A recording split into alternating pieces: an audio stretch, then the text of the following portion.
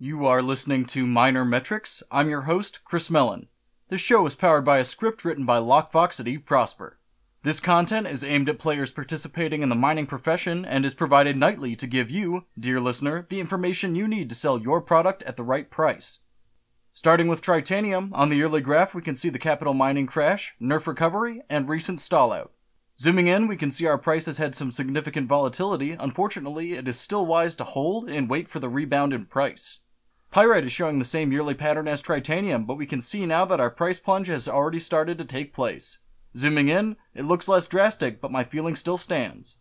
It's time to hold on to Pyrite and sell it after the rebound. Moving on to Mexilon, we can see the amazing summit that we're on. Zooming in, however, we can see the crash I've been warning about is here in earnest. Our recent movement is rapid, and now in order to get out, I think you should be looking for upward volatility. However, if not, you should get out now before the price drops further. With Isogen, we're seeing the exact same graph as Pyrite, and it's for all the same reasons. Zooming in, our decline is slow but steady.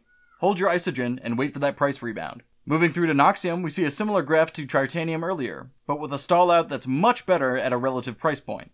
Zooming in, we can see even a bit of upward volatility for the sellers.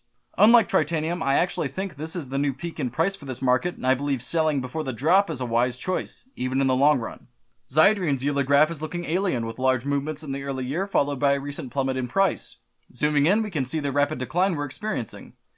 It's time to hold on to Xydrian and wait for an acceptable price. If we look at the RSI, we can see that we should expect a rebound from this type of movement. For the last of our regular minerals, we have Megasite. Much like Xydrian, Megasite has had large movements in the early year, but is only just now experiencing its drop. If Xydrian is any indication, this price has further to drop. Unfortunately, this movement is so rapid that I have to advocate holding your Megasite until after the drop. The rebound from this kind of movement should be significant.